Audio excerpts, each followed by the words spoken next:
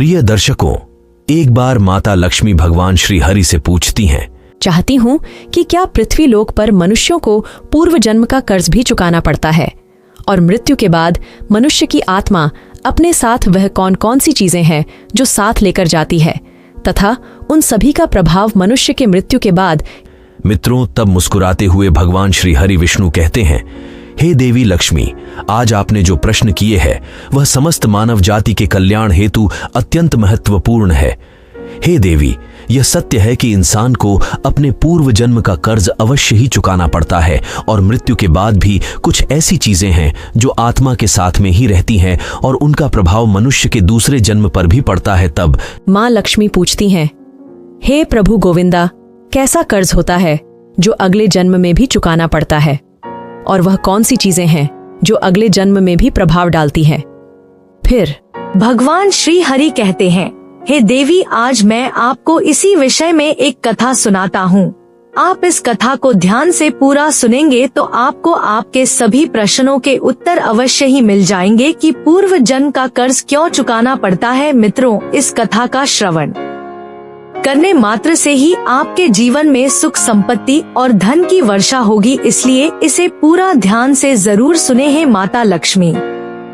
आज जो भी इस पवित्र कथा का श्रवण कर रहा है, आप उनके ऊपर अपना आशीर्वाद सदैव बना रखिए, उनके जीवन की सभी मनोकामनाएं को पूर्ण करे। मित्रों, आगे भगवान श्री हरि कहते हैं, हे लक्ष्मी, एक समय की बात है, विदर्भ देश में सुदेव नाम का एक ब्राह्मण रहता था और उसकी पत्नी का नाम रूपा था। वह अत्यंत गरीब घर में जन्मा था, लेकिन वह अत्यंत बुद्धिमान और मेहनती था। जब वह निर्धन था तब उसे धन की अधिक लालसा नहीं थी, लेकिन अपनी मेहनत के जोर पर जैसे जैसे उसके पास धन का संग्रह होने लगा, तब वह दिन रात उस धन को बढ़ाने की चिंता में डूबा रहता। उसकी पत्नी रूपा भी धन की अत्यधिक लालची स्त्री थी। आप तो जानती ही है कि धन की तृष्णा ऐसी होती है जो बढ़ते धन के साथ साथ बढ़ती ही जाती है। सुदेव अब ऐसा सोचता था कि काश उसे कोई ऐसी युक्ति मिल जाए जिससे कुछ ही दिनों में धन में हजारों गुना बढ़ोतरी हो जाए। है लक्ष्मी, पहले वह धन को चंचल और हाथ का मैल समझता था और कहता था, धन का क्या है, वह तो हमेशा आता जाता रहता है। लेकिन तब वह मूर्ख था। अब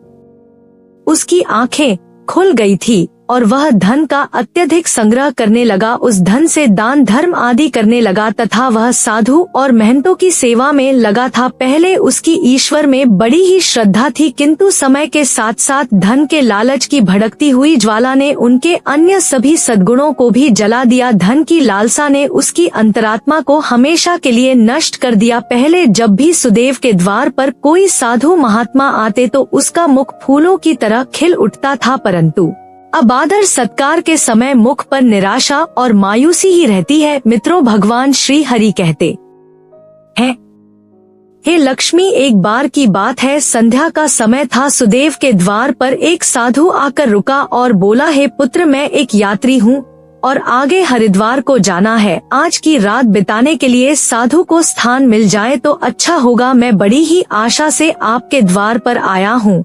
उस साधु का मुख संतोष की मूर्ति था, आंखों में अमृत और मुंह में शहद सी मिठास, जिस कारण से सुदेव का हृदय भक्ति भाव से भर गया और वह उन्हें प्रणाम करते हुए बोला, जरूर महात्मा, आपकी सेवा करना तो मेरा परम धर्मम है। तब वे साधु मुस्कुराते हुए कहते हैं, बेटा, आजकल के समय में तुम्हारे जैसे भक्ति भाव वाले पुरुष कहीं विरल ही मिलते हैं। इस संसार से धर्म का भाव ही जैसे उठ गया है। इस प्रकार से साधु के मुख से अपनी प्रशंसा सुनकर सुदेव का हृदय खिल उठा। उसको ऐसा प्रतीत हुआ मानो उन्हें स्वर्ग में ही स्थान मिल गया हो। उनके होठों पर शब्द आ ही गए थे, लेकिन उन्हें दबा दिया और उन्होंने कहा, महाराज, अगर हम आप जैसे संतों की सेवा नहीं करेंगे तो इस मानव जीवन का क्या लाभ। ऐसा कहते हुए सुदेव उन महात्मा को अपने घर के अंदर ले गया। जब उन्होंने घर में प्रवेश किया तब सुदेव ने उनके स्वागत सत्कार में कोई कमी नहीं छोड़ी। उन्हें खाने के लिए स्वादिष्ट भोजन बनवाया, नाना प्रकार की मिठाई बनवाई। उसके बाद दाल और सब्जियों में इतना घी डाला जैसे नदी की धारा में जल बहता है। भले ही सुदेव उन महात्मा को इतने पौष्टिक आहार देने के पक्ष में नहीं थे, लेकिन इस महात्मा की बातों में कुछ ऐसी शक्तियाँ थी कि उनके वर्षों पुराने विचार चंद पलों में बदल गए, जैसे सूखी धरती पर एक दिन की बारिश से हरियाली छा जाती है। इस भक्ति भाव से महात्मा का दिल खुश हो गया। रात भर बातें होती रही, ज्ञान और भक्ति की चर्चाएं चलती रही। अंत में सुदेव ने पूछा कि महात्मा आप साधु कैसे बने? साधु ने हंसकर उत्तर दिया, बेटा बुढ़ापा आ गया है, अब क्या सारी गृहस्थी में ही फंसा रहूंगा, कुछ हरि भजन भी तो करना चाहिए। ईश्वर कृपा से बहुत धन कमाया है, मेरे 4 पुत्र हैं और एक कन्या भी है। अब सारी धन दौलत उन्हें बांट दी है और अब तीर्थ यात्रा को जा रहा हूँ। फिर कुछ समय के पश्चात सुदेव ने साधु की तरफ देखा और पूछा, तो आपने अपना सब कुछ बच्चों को दे दिया या अपने पास भी कुछ रखा है? तभी साधु ने उत्तर दिया, बेटा मेरे हाथ में जो यह लाठी देखते हो यह अंदर से खोखली है, इसमें मैंने 500 सुवर्ण की मुद्राएं डाल रखी है। यात्रा में कभी कभी धन की आवश्यकता भी पड़ जाती है। यह कहते कहते साधु को नींद लग गई, लेकिन सुदेव की आंखें जाग रही थी और यह सारी बातें उसकी पत्नी रूपा ने भी सुन तथा जान ली थी। अब रात्रि का पहला पहर बीत गया था। वह बार बार महात्मा की लाठी को देख रहा था और मन ही मन कुछ सोच रहा था। अब उसके अंदर लोक की माया का संचार हुआ, किंतु उसकी आत्मा इस घृणित कार्य को करने से रोक रही थी। किंतु वही मन की दुरात्मा सुवर्ण मुद्राएं पाने की जिद पर अड़ गई। कुछ समय तक इस संघर्ष में ही उसके मन का बुरा हाल हो चुका था कि तभी उसकी पत्नी उसके पास आकर बैठ जाती है और कहती है, स्वामी आप किस गहरी चिंता में डूबे हैं?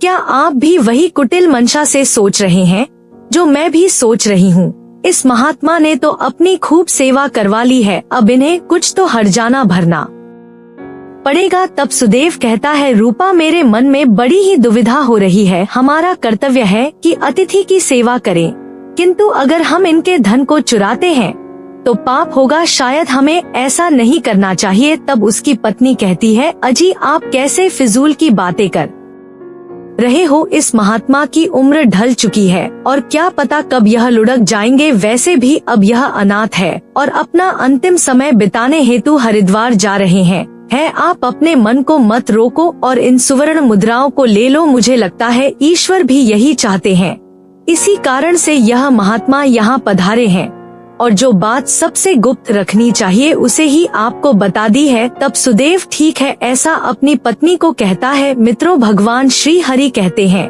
हे लक्ष्मी, अंतः लोभ ने धर्म को हरा दिया। सुदेव ने लाठी उठाई पर उनके हाथ पैर कांप रहे थे। उसकी अंतात माँ ने एक बार फिर से फड़बड़ाना शुरू किया, लेकिन लोभ के दृढ़ हाथों ने उसे दबा दिया। तभी सुदेव और रूपा ने लाठी खोली और उसमें से सुवर्ण मोहरों को निकाल लिया और उनकी जगह सामान्य लोहे के सिक्के भर दिए। अगले दिन प्रातः सुबह महात्मा सुदेव और उसकी पत्नी की विनम्रता पूर्वक आज्ञा लेकर स्नान आदि करके अपनी अगली यात्रा के लिए तैयार हो गए। किंतु अभी भी सुदेव का दिल धड़क रहा था। उन्हें डर था कि कहीं साधु को शक न हो जाए। इस ख्याल से उनका चेहरा पीला पड़त जा रहा था, लेकिन महात्मा को इस बात की कोई खबर ही नहीं थी। वे तो हंसते हुए बातें कर रहे थे और रात की मेहमान नवाजी के लिए बार बार धन्यवाद दे रहे थे। अपितु जाते समय सुदेव ने कहा, महात्मा जी मेरे यहाँ संतान नहीं है, कृपया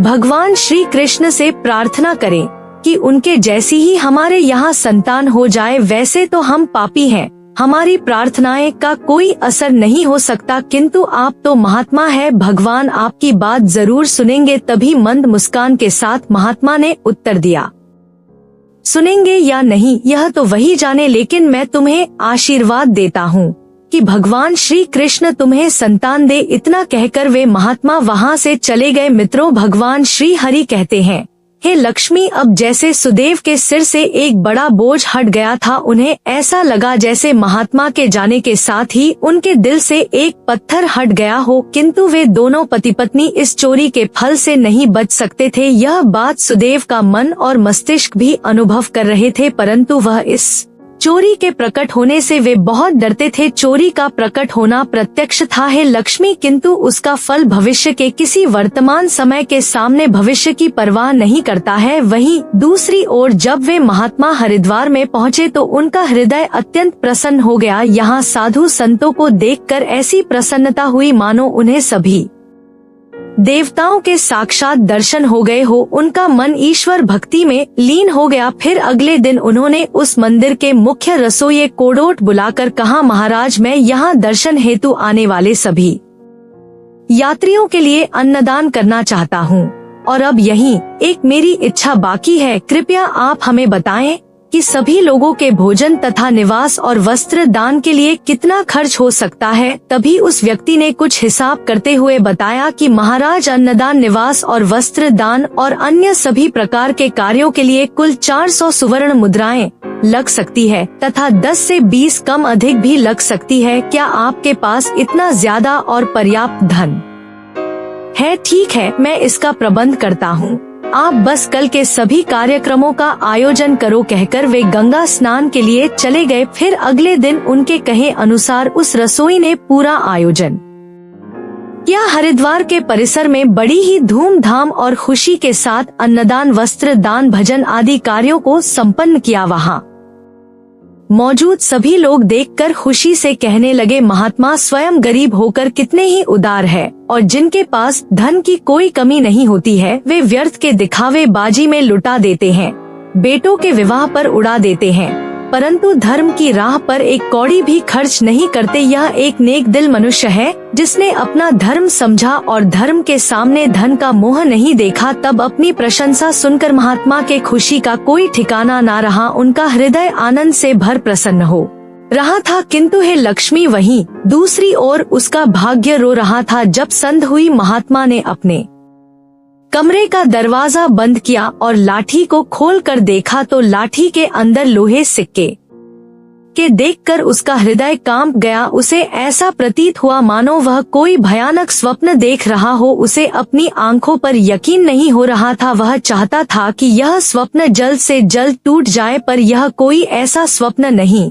था जिससे नींद खुल जाए। उसने बार बार अपनी आंखें मलमल कर देखा, पर सिक्के वहीं थे। अब उस महात्मा को थोड़ी ही देर में रसोइयों को हिसाब कर उनका धन लौटाना था। उसने सोचा अब क्या होगा। अपमान की छवि उसकी आंखों के सामने खींच गई और कहने लगा, हे प्रभु, आप मुझे क्षमा करें।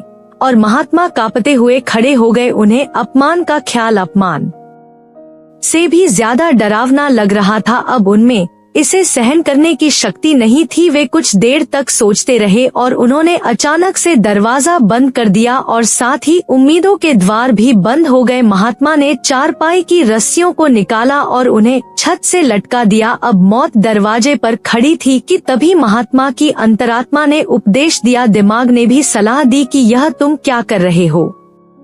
आत्महत्या सबसे बड़ा निंदनीय कर्म है, ऐसा मत करो। पर निराशा ने हर तरफ से हराक रख दिया। महात्मा का चेहरा मृत व्यक्ति की तरह सफेद पड़ गया था। तब उसने चारपाई पर खड़े होकर अपनी गर्दन में फंदा डाला और कांपते हुए पैरों से चारपाई को ठोकर मार दी। वह महात्मा फांसी पर झूल गया और उसकी मौत हो गई। जहां सुबह बहुत सुखपूर्वक शांत थी, लेकिन किससे पता था कि शाम इतनी दुखद होगी। कुछ ही समय बाद यह घटना का चारों ओर बोलबाला हुआ। यह सब देखकर उस रसोई ने ही महात्मा का अंतिम संस्कार किया और फिर से भगवान का नाम लेकर अपने काम में लग गया। मित्रों, भगवान श्री हरि कहते हैं, हे लक्ष्मी, वे महात्मा तो मर गए लेकिन उनका आशीर्वाद अभी भी जीवित था। 1 साल के भीतर ही चोर ब्राह्मण सुदेव के घर में एक पुत्र का जन्म हुआ। इस अवसर पर सुदेव ऐसे प्रसन्न थे मानो सारे संसार का धन उसे मिल गया हो। अब तो अंधेरे घर में प्रकाश छा गया था। उनके पैर धरती पर ना पड़ते थे। उसने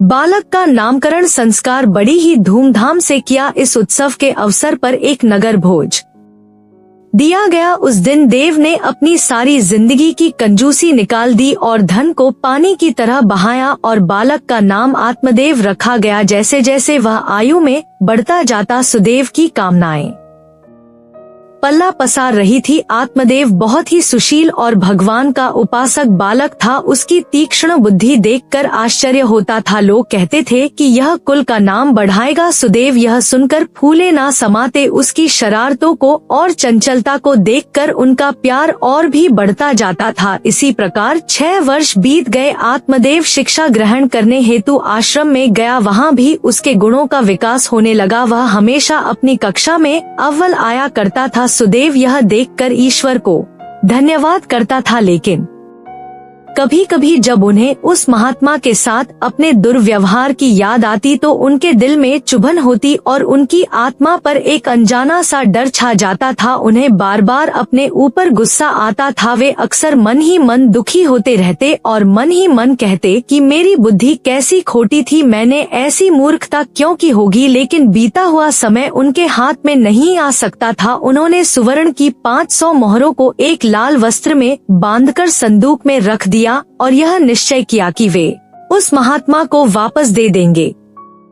फिर उन्होंने महात्मा की खोज शुरू कर दी। कई लोगों को भेजा, लेकिन वे उस महात्मा तक नहीं पहुंच सके। इतना समय बीत गया कि अब सुदेव उस घटना को भूल गए थे, परंतु वह सुवर्ण मुद्राएं अभी भी एक लाल वस्त्र में लिपटी हुई उसी संदूक में पड़ी थी। मित्रों, भगवान श्री हरि कहते हैं, हे लक्ष्मी, समय गुजरता गया और आत्मदेव अब 20 वर्ष के हो गए थे। साथ ही उसे एक बीमारी ने जकड़ा और आत्मदेव के इलाज में काफी धन का खर्च हो रहा था। फिर एक दिन अचानक सुदेव अपनी पत्नी रूपा और बेटे आत्मदेव के साथ हरिद्वार के लिए निकल पड़े। वहां पहुंचकर वे एक सराय में ठहरे। वहां सुदेव को पता चला कि उनके बेटे आत्मदेव का व्यवहार साधुओं जैसा हो रहा है। उनके अंदर वैराग्य आ रहा है। वह दिन रात साधुओं के डेरे में समय बिताता और जब भी किसी दीन दुखी या गरीब को देखता उसकी मदद करता था। इसे देखकर सुदेव बहुत परेशान होते थे, पर वे कुछ कर नहीं पाते थे। आत्मदेव उनकी इकलौती संतान थी। उसका मुख देखकर सुदेव का क्रोध शांत होता। वह बहुत सोचते थे, परंतु आत्मदेव के इस स्वभाव का कारण उन्हें समझ में नहीं आता था। फिर दूसरे दिन संध्या समय आत्मदेव भजन कर अपने सराय की तरफ लौट रहा था कि रास्ते में एक बूढ़ा आदमी उसे रोता हुआ मिला। तब आत्मदेव ने आश्चर्य से पूछा, भाई रोते क्यों हो? तब वह बूढ़ा कहने लगा, बेटा क्या कहूँ, कहते हुए लज्जा आती है। अगर तुम जानना ही चाहते हो तो सुनो, मैं गंगा जी में डूबकर अपना जीवन समाप्त करने जा रहा हूँ, क्योंकि मुझे व्यापार में घाटा हुआ है और मेरे सिर पर बहुत सा कर्ज है। व्यापार में भी नुकसान हुआ है और कर्ज भी है। आत्मदेव कहता है, पर यह तो छोटी सी बात है। उस बूढ़े व्यक्ति ने अजीबोगरीब नजरों से आत्मदेव की ओर देखते हुए कहा, मुझे अपना कर्ज चुकाना है, नहीं तो मेरे पास आत्महत्या करने के अलावा कोई विकल्प ही नहीं है। तब आत्मदेव कुछ देर तक चुप रहे। यह मौन उस दुर्भाग्यशाली बूढ़े व्यक्ति के लिए एक उम्मीद बन रहा था। उनके आंसू थम गए और फिर आत्मदेव ने पूछा कि महाराज, आपको कितने धन की आवश्यकता है? कृपया आप हमें बताएं। मित्रों, जब इंसान निराश हताश होता है तब उसे हर कदम पर उम्मीद नजर आती है। उस बूढ़े व्यक्ति ने हिसाब लगाकर जवाब दिया और कहा कि मेरे सिर पर लगभग 500 सुवर्ण मुद्राओं का कर्ज है। आत्मदेव फिर से कुछ देर के लिए चुप रहे। फिर उन्होंने कहा, महाराज आप चिंता मत करो, आप बस इसी गंगा के तट पर मेरी प्रतीक्षा करो। बस मैं अभी वापस आता हूँ। आपके लिए मैं कहीं से धन का संग्रह कर ले आता हूँ। तब बूढ़े आदमी ने कहा, बेटा यहीं पास में ही मेरी एक धर्मशाला है, तुम वहीं आ जाओ। उसी समय आत्मदेव भागते हुए वापस सराय में आ पहुँचे। उस समय उसके हृदय में हलचल सी मची हुई थी। उसका चित्त व्याकुल था। वह चाहता था कि जितनी जल्दी हो सके बूढ़े बाबा का संकट दूर कर दे। उसे की दिव्य शक्ति ने विश्वास दिला दिया था कि इस बूढ़े बाबा की सहायता करना मेरा धर्म है। वह एक विशेष भावुकता के साथ अपने सराय पर पहुंचा। तब उसके माता और पिता दोनों कहीं बाहर गए हुए थे। अब आत्मदेव का रास्ता साफ हो गया था। उसने संदूक पर जो ताला लगा हुआ था उसे एक पत्थर से तोड़ दिया। फिर से संदूक को खंगालना शुरू कर दिया। निराशा ने अपनी जगह बना ली थी, लेकिन आशा ने बंधन बांध दिए थे। तभी अचानक आशा की एक किरण नजर आई। आत्मदेव के हाथ में वह लाल वस्त्र आ गया। उन्होंने उसे कांपते हाथों से खोला और उनका दिल कमल की तरह खिल उठा। उस रुमाल में पूरी 500 सुवर्ण मुद्राएं थी। यह वही सोने की मुद्राएं थी जिन्हें सुदेव ने कभी एक महात्मा से चुराया था। जब मुद्राओं की गिनती की तो वे पूरी 500 ही निकली। आत्मदेव का दिल प्रसन्नता से भर गया और उसने वह मुद्राएं अपनी जेब में डाली और वस्त्र को वापस संदूक में रख दिया तथा अति उत्साह के साथ उसी बूढ़े बाबा के पास जा पहुंचा और उन्हें वह मुद्राएं दी। मित्रों, भगवान श्री हरि कहते हैं, हे लक्ष्मी, आपके पहले प्रश्न के अनुसार हर व्यक्ति को पूर्व जन्म का कर्ज चुकाना ही पड़ता है। यह वही रसोई बूढ़े बाबा है जिन्होंने उस महात्मा माँ का अन्नदान और भंडारे का आयोजन किया था, किंतु उनके आत्महत्या करने के कारण इनके ही धन की हानि हुई थी। और आत्मदेव वही महात्मा है जो सुदेव के घर में जन्म लेकर अपना कर्जा चुका कर मुक्त हुआ है। हे लक्ष्मी, अब आगे सुनो। होनी को कुछ और ही मंजूर था। जब आत्मदेव वापस लौटा तो उसके मन में एक अनोखी शांति थी, मानो कि उसका जन्म इसी कार्य को पूर्ण करने हेतु हुआ था। अब उसकी बीमारी ने उसके ही प्राणों की आहुति ली। वहीं जब दूसरे दिन सुबह यह बात सुदेव और रूपा को पता चली कि उनका पुत्र मृत्यु को प्राप्त हो चुका है, इस दुख के कारण उनका हृदय अत्यंत पीड़ा से भर गया और निराशा के साथ उन्होंने भी अपने प्राणों को त्याग दिया। जब उन तीनों की मृत्यु हुए तो उसी रसोई ने उनका अंतिम संस्कार किया है। लक्ष्मी, जब उन तीनों की आत्माओं को यमराज के दरबार में लाया गया तब यमराज ने आत्मदेव को स्वर्ग में भेज दिया। वहीं दूसरी ओर ब्राह्मण सुदेव और उसकी पत्नी रूपा को घोर नरक में डाल दिया गया। तत्पश्चात उन दोनों को ही अपाहिज बनाकर धरती लोक पर कुत्ते के रूप में जन्म लेकर वापस भेज दिया। जो भी मनुष्य अपने जीवन में कर्ज नहीं चुकते हैं उन्हें जन्म जन्मांतर तक कष्ट भोगने पड़ते हैं। इसीलिए मनुष्य को कभी भी किसी भी प्रकार का एहसान और कर्ज चुकते करने चाहिए। मित्रों, भगवान श्री हरि कहते हैं, हे लक्ष्मी, आपके दूसरे प्रश्न के अनुसार मृत्यु के पश्चात भी 5 ऐसी चीजें हैं जो शरीर का साथ नहीं छोड़ती हैं और मृत्यु के पश्चात भी उस आत्मा के साथ ही रह जाती है। यानी मृत्यु के पश्चात जब आत्मा दूसरे शरीर में प्रवेश करती है तो यह चीजें आत्मा के साथ उस नए शरीर में प्रवेश कर जाती हैं। कामना वह पहली चीज है जो मनुष्य की मृत्यु के साथ ही रहती है और अगले जन्म में भी उसके साथ रह जाती है। दूसरी है कर्म। मनुष्य इस जीवन में पुण्य कर्म और अच्छे कर्म करता है तो अगले जन्म में भी उस मनुष्य को सुख शांति और समृद्धि की प्राप्ति होती है। वहीं अगर वह मनुष्य बुरे कर्म या कुकर्म करता है तो अगले जन्म में उस मनुष्य को नरक रूपी जीवन व्यतीत करना पड़ता है, जिस कारण यह कहा जाता है कि कर्म की गति ऐसी होती है कि जो 7 जन्मों तक पीछा नहीं छोड़ती है। तीसरी है वासना। भी कामना का ही एक प्रकार है। वासना एक ऐसी चीज मानी जाती है जिसका कोई भी अंत नहीं है। मृत्यु की चौखट पर आए हुए लोग भी वासना से मुक्त नहीं हो पाते हैं।